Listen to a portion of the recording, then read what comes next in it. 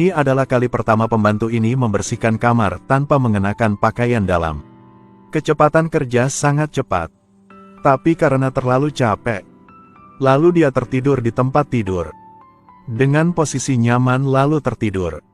Hari itu adalah hari Taipan muda itu pulang ke Korea. Keluarganya telah merayakan pesta. Semua orang sangat sibuk. Saat Kim Yo Yeon bangun, ia menyadari ia tertidur. Ya ampun. Dia ketakutan, lalu buru-buru mengambil keranjangnya dan meninggalkan. Tapi takdir mengaturnya untuk bertemu tuan muda secara tidak sengaja. Mereka melihat-lihat. Tapi takdir mempertemukan mereka. Nyonya memanggil Yo Yeon untuk menyapa wanita tua itu. Karena dia tidak paham aturannya, dia hanya mengetuk pintu dan masuk ke dalam. Ia sangat marah. Memarahi Yo Yeon. Hanya dengan izinnya, boleh membersihkan kamar itu. Dia sangat sedih. Jelasnya wanita itu memintanya untuk melakukannya. Tapi sekarang dimarahi oleh wanita tua itu. Tetapi penampilannya yang menyedihkan bikin tuan muda tersentuh. Selama pesta, tuan muda Suhyok bertemu Yo Yeon lagi. Ia menatapnya. Sebaliknya, pembantu mengelak dan buru-buru meninggalkan. Saat makan, sang nenek menyebutkan nona yang kaya dan berharap dia bisa menikahi dengannya. Tapi Suhyok ngomong dia udah menyukai cewek lain. Setelah mengatakan itu, ia melihat-lihat. Tapi Yo Yeon gak ada di sini. Ia tak bimbang sama sekali. Karena ia yakin akan bertemu lagi. Suhyok menyiap tidur. Tapi saat ia berbalik, ia melihat ikat rambut di tempat tidur. Ia menemukan ini terlihat persis seperti ikat rambut Yo Yeon. Kebetulan, Yo Yeon juga tidak bisa tidur malam ini. Jadi ia keluar maka tidak sengaja mengganggu tuan muda yang sedang mendengarkan musik. Dia cuma menjelaskan dia tidak bisa tidur, jadi dia pergi jalan-jalan. Tak disangka, ia tersesat. Suhyok tersenyum dan berjalan ke arahnya. Lalu mengeluarkan ikat rambut. Yo Yeon buru-buru mengambilnya. Maksud saya tidak sengaja menjatuhkannya ketika saya tertidur di tempat tidur. Apakah tempat tidur aku lembut? Dia tidak menyangka bahwa seorang Taipan muda yang kaya. Tapi khawatir pembantu tidak akan tidur nyenyak. Apakah kamu ingin mengubah kamar dengan aku? Mungkin akan tertarik. Suhyok tiba-tiba menyadari. Tempat tidur pembantu di rumah bisa bikin ia tidur yang nyenyak. Yo Yeon juga tak disangka. Pertama kali mereka bertemu, tuan muda memaksanya untuk berganti tempat tidur. Ia pikir tuan muda bodoh. Ia tidak mengerti mengapa tuan muda tidak bisa tidur di tempat tidur empuk seperti ini. Dan sekarang Suhyok sedang berbaring di tempat tidurnya. Rindu senyumnya. Lalu perlahan tertidur. Keesokan harinya, Yo Taeon bangun. Ia cantik banget. Saat ini, dia melihat bingkai foto diletakkan menghadap ke bawah di sudut meja. Ia melihat foto tuan muda ketika dia masih kecil. Ia merasa asyik. Dia menyeka debu di atasnya. Lalu kembalikan foto itu ke tempatnya semula. Lalu ia mulai bekerja. Saat ini, Suhyok masih belum keluar. Semua orang gak paham apa yang terjadi. Ia belum pernah tertidur begini. Justrunya, ia juga tak tahu alasan ia tidur nyenyak gitu di tempat tidur Yo Yeon. Inilah hal yang belum pernah terjadi selama 20 tahun ini. Ya ampun. Tetapi ketika ia melihat foto di meja, ia marah banget. Suhyok mencari Yo Yeon. Peringatkan dia nggak boleh melewati batas. Aku cuma ganti kamar tidur, nggak boleh menyentuh barang-barang di kamarku. Jangan sentuh apapun. Setelah mengatakan, ia meninggalkan. Tinggalkan Yo Yeon bingung. Sebelumnya, dia berpikir bahwa anggota keluarga ini juga ada rahasia. Kecuali tuan muda ini. Tanpa diduga, baginya dia masih hanya pembantu. Suatu hari, nona yang kaya ke rumah Suhyok. Kebetulan, Yo Yeon yang bertugas menyambut tamu. Dia dengan hormat menyambut tamu ke rumah. Mungkin karena bertemu Yo Yeon. Jadi Suhyok mengangguk. Nona yang kaya sedang melihat Suhyok. Tapi ia cuma menatap Yo Yeon. Nona yang kaya ini udah menyiapkan semuanya untuk kencan buta ini. Berdasarkan hobi semua orang, ia memberikan kado untuknya. Semuanya sangat suka. Nona ini melihat semuanya sangat senang.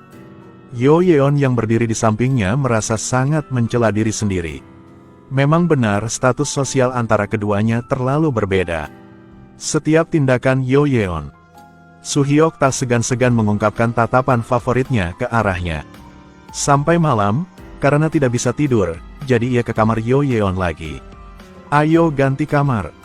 Tapi karena masalah terjadi pada pagi, jadi Yo Yeon udah menolak. Tapi Soo-hyuk bilang aku cuma bisa tidur nyenyak di sini. Sekarang dia ingat kata-kata rekan-rekannya. Mengapa tuan muda tidak bisa bertemu dengan ibu kandungnya? Mungkin inilah alasan ia peduli dengan foto itu.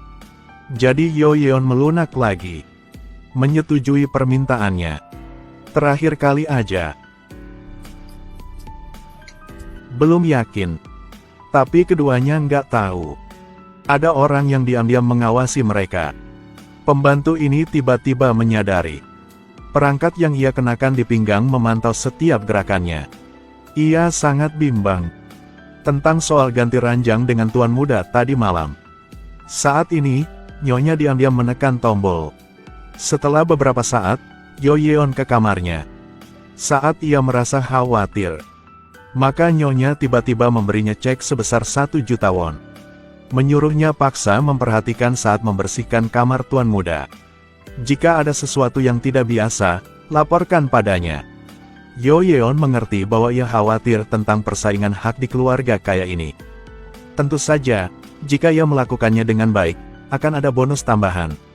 Kerja sama yang bahagia. Tapi Yo Yeon sangat bingung. Meskipun dia membutuhkan banyak uang untuk melunasi hutang untuk ayahnya, tapi dia juga tidak mau melawan hati nuraninya. Seseorang yang bekerja keras sesering Yo Yeon, sekarang tak bisa tidur. Sekaligus, Soo-hyuk juga gitu. Ia ke kamarnya lagi. Diam-diam mengetuk pintu kamarnya. Ia bilang ia nggak bisa tidur. Tetapi ketika ia minta ganti kamar, maka Yo Yeon udah menolak. Pada saat itulah terdengar suara di lorong. Dia ketakutan dan segera menarik Soo-hyuk ke kamar. Keduanya malu-malu. Soo-hyuk merasa sangat terkejut. Ia merasa hubungan antaranya tak biasa. Yo Yeon sangat gugup. Ia nggak mau dipecat. Kamu tidak akan dapat memahami kehidupanku. Tak disangka, dia begitu stres karena pekerjaan. Saat ini ada orang mengetuk pintu. Ternyata, kepala pelayan memanggilnya keluar untuk bekerja. Setelah Yo Yeon meninggalkan, Soo-hyuk berbaring di tempat tidurnya, lalu tidur di sana. Saat ini, Yo Yeon kembali ke kamar. Melihatnya tidur yang nyenyak, Yo Yeon tersenyum. Karena tidak ingin mengganggunya, dia cuma bisa duduk di karpet, lalu ketiduran. Besok, Soo-hyuk melihat Yo Yeon bekerja keras. Tiba-tiba ia ingat tentang hal kemarin. Itu adalah pertama kalinya aku merasakan tersentuh bagi cewek. Kemarin ia bermimpi yang indah. Melihat cewek duduk di lantai. Ia dengan patah hati menggendongnya ke tempat tidur. Penampilan yang lucunya juga terpatri di hati Soo-hyuk. Seseorang yang belum pernah merawat orang seperti dia, sekarang menggendong dia ke tempat tidur dengan lembut. Ketika saya berpikir pasti akan ada adegan ciuman. Kemudian dia dengan lembut menutupinya dengan selimut. Lalu diam-diam meninggalkan kamar. Tak disangka, Soo-hyuk bikin Yo Yeon menghadapi kesulitan. Pembantu berdiri di dekatnya mengawasi mereka. Menceritakan tentang hal tuan muda yang menyelinap ke kamar Yo Yeon. Kepada Nyonya, Yo Yeon masih belum menyadari bahaya yang akan terjadi. Ko Chudong dan GP Chu Enhan Seo Hyun. Kembalikan cek itu padanya. Nyonya menatapnya. Lalu ngomong, mungkin kamu akan membutuhkannya. Yo Yeon masih belum paham maksud Nyonya. Tapi mungkin dia memikirkan konsekuensinya. Pada malam itu, Su Hyok sengaja bertemu dengan Yo Yeon. Ia ngomong ia akan keluar pada malam ini. Ketika aku tidak di sini, boleh kamu tidur di tempat tidur aku dengan bebas. Tapi yang pasti perhatikan kesehatanmu. Yo Yeon menegaskan bahwa hubungan keduanya bukanlah teman. Tapi Su Hyok tidak peduli dengan hal ini. Lalu ia meninggalkan. Saat ini, Yo Yeon masih belum tahu. Setelah Su Hyok keluar, Nyonya sudah berencana.